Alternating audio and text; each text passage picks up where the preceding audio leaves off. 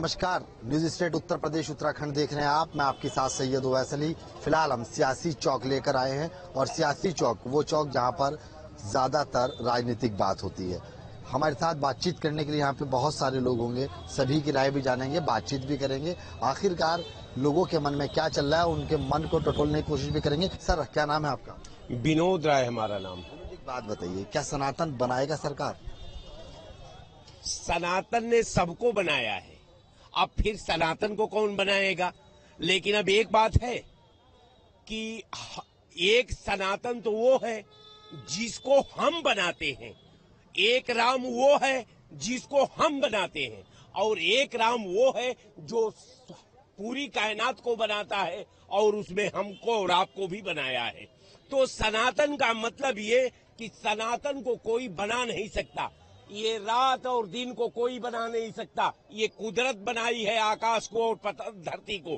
तो लेकिन कुछ हमारे बीच ऐसे लोग हैं जो कुदरत का जीमा अपने नाम पर ले लेते हैं और भगवान भी बन जाते हैं, भगवान का ठेकेदार भी बन जाते हैं। और ऐसे ठेकेदारों से थोड़ा दूरी रहनी चाहिए, इसलिए कि समाज का सृजन में ठेकेदार के निर्माण की जो गुणवत्ता है, उसका जो अनुपात है, ये काबिले गौर है और यही जो है हमारे भविष्य को निर्धारण करता है।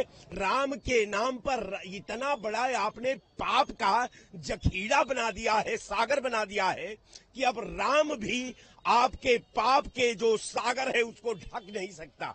अब चूंकि आपका जो है रावण रूपी जो शक्ल राम के रूप में है, अब इसको अग्नि परीक्षा देने का समय आ गया है। किस नजर से देख रहे हैं आप, किधर जाएगा? क्या राम मंदिर, अयोध्या मंदिर, या फिर अब अगर माना जाए सनातन, कहाँ?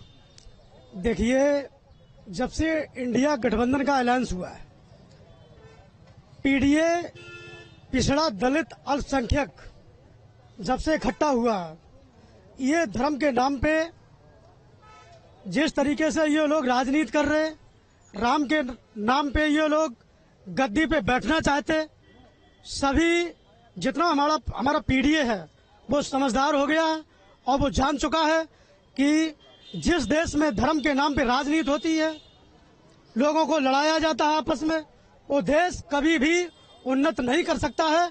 इसलिए 2024 में राम जी पीडीए को आशीर्वाद देंगे, 1000% देंगे।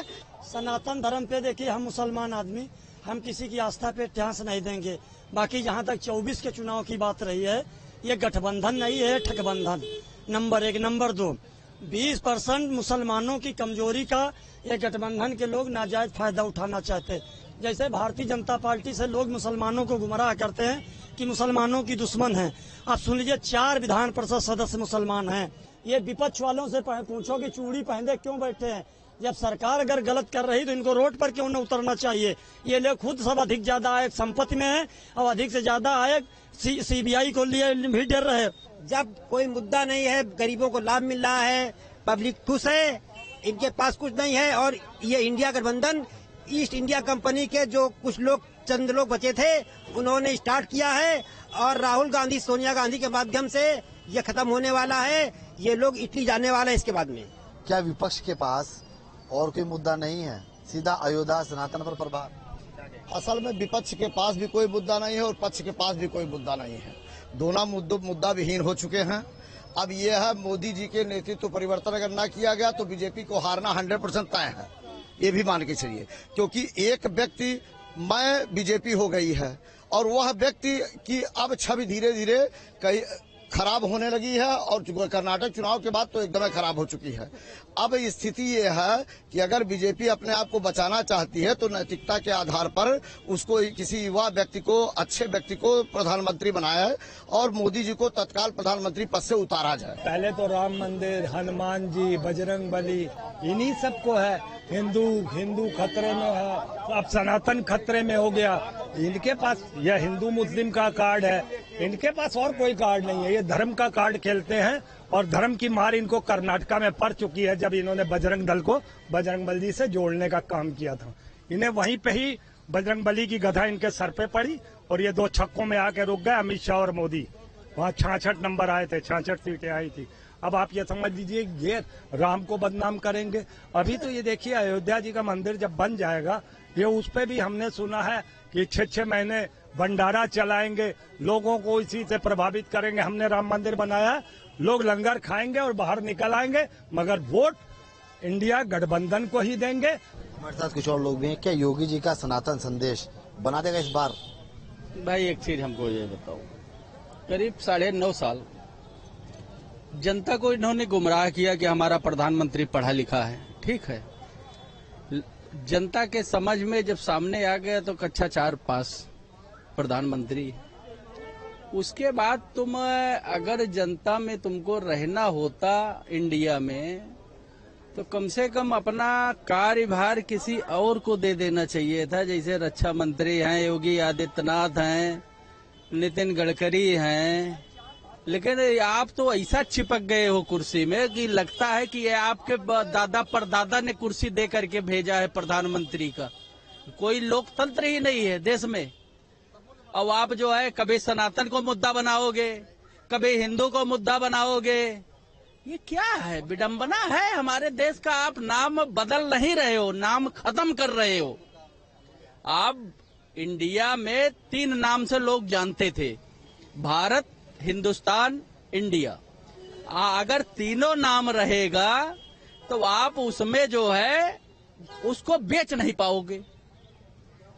आपको बेचने में दिक्कत आएगी, क्योंकि रजिस्ट्री में एक ही प्रॉपर्टी का एक ही नाम लिखा जाता है।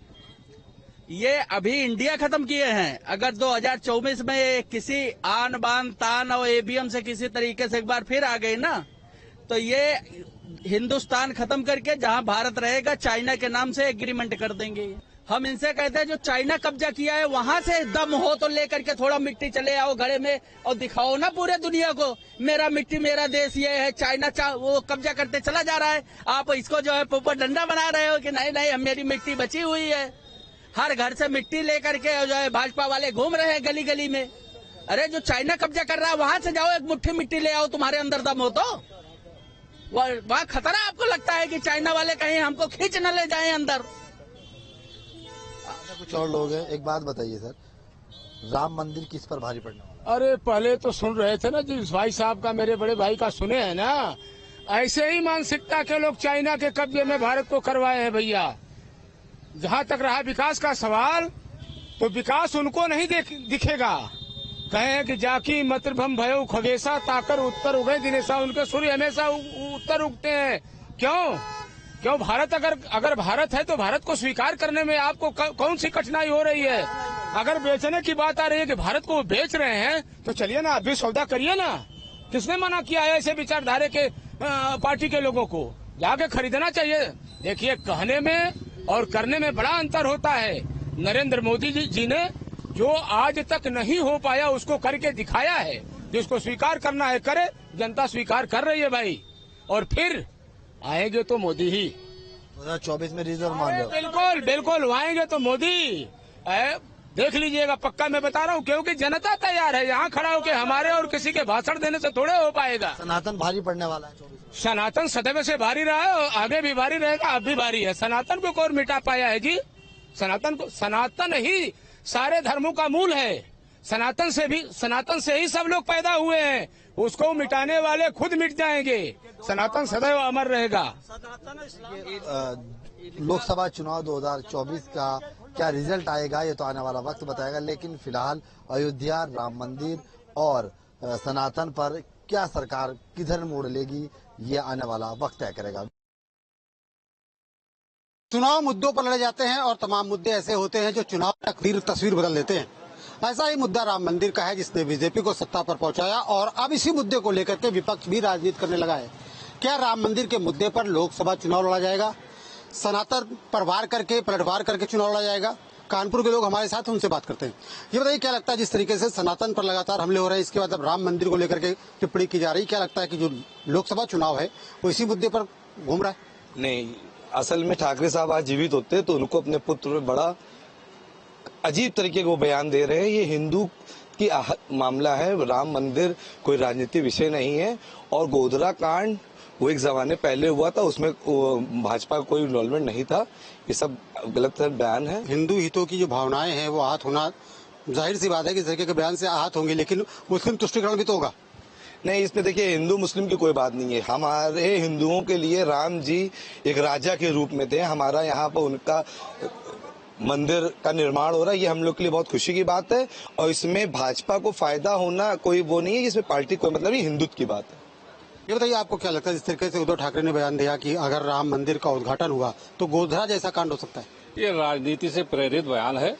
आने वाले समय में इस तरह के और भी बयान आपको देखने को मिलेंगे, क्योंकि चुनाव एकदम सर पर है और जिस को अपनी जमीन खसकती दिखाई देती है राजनीति में, वो इस तरह का बयान लगातार देता रहता है ताकि वो सुर्खियों में बना रहे। लेकिन हमको ऐसा नहीं लगता।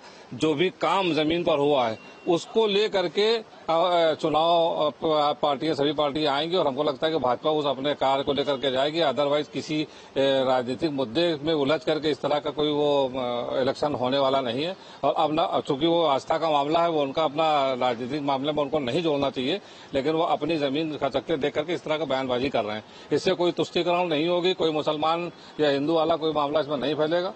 ये सब गलत बातें हैं। सनातन पर हमले के बाद अब अयोध्या मंदिर की बात, ये तो गलत है। सनातन पर हमला नहीं करना चाहिए। खुद भी वो सनातनी है, खुद भी वो हिंदू धर्म से जुड़े हुए हैं, तो इस तरह की बात करना तो उनको अपनी ही आस्था को चोट पहुंचा रहे हैं। इस तरह की बयानबाजी उनको नहीं करना चाहिए। ये बताइए, विपक्ष किस तरीके की राजनीति करना चाह रहा है? कभी सनातन पर हमला, फिर उसके बाद अयोध्या का मुद्दा उठाना, लोकसभा चुनाव को लेकर के क्या लगता है आपको? क्या विपक्ष के पास कोई मुद्दा नहीं ठोस? देखिए, विपक्ष के पास नेता ही नहीं तो मुद्दा कहाँ से होगा? उस पार्टी में तो सारे लीडर ही प्रधानमंत्री के दौड़ में है और कोई भी प्रधानमंत्री लायक नहीं है, क्योंकि जो राहुल गांधी जो कहते हैं अपने देश के प्रधानमंत्री बनने के योग्य है, उसकी पार्टी के कुछ लीडर कहते हैं वो ही योग्य नहीं है। उन लोगों को यही नहीं मालूम ये है क्या। इन लोगों को अपनी परिकाष्ठा की जमीन जो है इन लोगों को खिसक रही है। अब इन लोग जो है यही सोच रहे कोई मुद्दा दे के किसी तरीके से हाथ हो और देश में एक दंगा करवा दे, देश का माहौल बिगाड़ दे, जिससे वोटों का ध्रुवीकरण हो। परंतु ये ज्ञात नहीं है कि देश में मोदी है तो मुमकिन है, मोदी कुछ भी कर सकता है। इस टाइम गोधरा कांड जो हुआ था, गोधरा कांड का मैटर क्यों किया? तब मोदी नहीं थे देश के प्रधानमंत्री। अगर मोदी जी होते तो ये सब कुछ ना होता। जिस दिन से मोदी जी बने हैं, ना तो बम ब्लास्ट हो रहा है, ना साइकिल स्टैंड, बस स्टैंड में जो बम ब्लास्ट होते थे वो सब पूरी तरीके मोदी जी ने बंद कर दिए। और इसीलिए अगर देश को बचाना है, मोदी जी के सुरक्षित हाथों में देश को देना है। आपको भी क्या ऐसा लगता है जब तक मोदी, जब तक कोई लीडर सामने नहीं आ पाएगा, इसी वजह से धर्म की बात की जा रही है सियासत में? जी बिल्कुल सही है। पूर्व के वक्ताओं से मैं पूर्णतः सहमत हूँ। आज विपक्ष के पास कुछ भी करने को नहीं बचा है। जो मोदी जी का हमारा नारा था, सबका साथ सबका विकास, वो धरातल पे उतर रहा है। जहां तक प्रभु श्री राम की बात है, तो प्रभु श्री राम हिंदुओं के लिए आराध्य थे, आराध्य हैं और आराध्य रहेंगे। सनातन धर्म पे जितना भी हमला होगा, सनातन और जम के ऊंचाई पे निकलेगा। किसी भी प्रकार की उसमें कोई संशय नाम की बात नहीं है। लेकिन जिस तरीके से बीजेपी ने सालों राजनीति की कहा जाता है कि राम मंदिर को लेकर के राजनीति की, इसके बाद अब राम मंदिर बनने जा रहा है, तो ऐसे में क्या लगता है कि राम मंदिर का जो मुद्दा है वो बीजेपी के लिए फायदेमंद साबित हो सकता है, इसलिए ऐसे बयान आ रहे हैं सामने? सनातन दिवाली मनाएगा। हमारे प्रभु श्री राम जो अभी तक एक टाट के पट्टी के नीचे थे, आज वो अपने महल में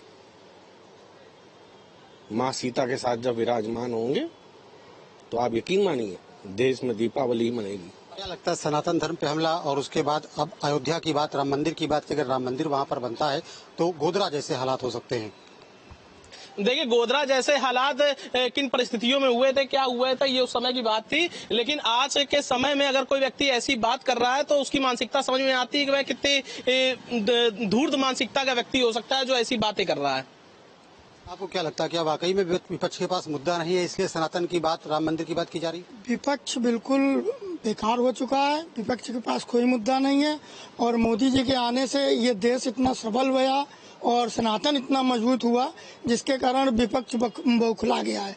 उसके पास कोई मुद्दा नहीं है सनातन पे हमला करना। उसका ये है कि मुस्लिम तुष्टीकरण बढ़े, मुस्लिमों का वोट मिले, वामपंथियों का वोट मिले, इस तरीके की वो बेकार की बातें कर रहा है। उत्तराखंड नहीं हो सकता, तो इस तरीके का जो बयान है वो देकर के क्या साबित करना चाह रहे हैं वो? ये तो अपनी जमीन बचाने की और कुछ वोट पाने की राजनीति है, इसमें कुछ नहीं है। और गोधरा कांड नहीं, सुंदर कांड होगा। इसमें सुंदर कांड होगा, सुंदर कांड होगा। तो आप लोग मान रहे हैं कि ये जो मुद्दा है, जो राम मंदिर का मुद्दा है, बीजेपी के लिए बेनिफिशियल होने वाला है, राम मंदिर का उद्घाटन हो जाएगा। हाँ, राम मंदिर का उद्घाटन होगा और मोदी जी की सरकार बनेगी, राम राज्य आएगा। तो कानपुर के लोगों को आपने सुना, कानपुर के लोगों का मानना यही है कि विपक्ष के पास कोई मुद्दा नहीं है। यही वजह है कि बार बार सनातन पर हमला किया जा रहा है। अब अयोध्या में बन रहे राम मंदिर को भी टारगेट किया जा रहा है। वीडियो जर्नलिस्ट पांडे के साथ श्याम तिवारी, न्यूज स्ट्रीट कानपुर।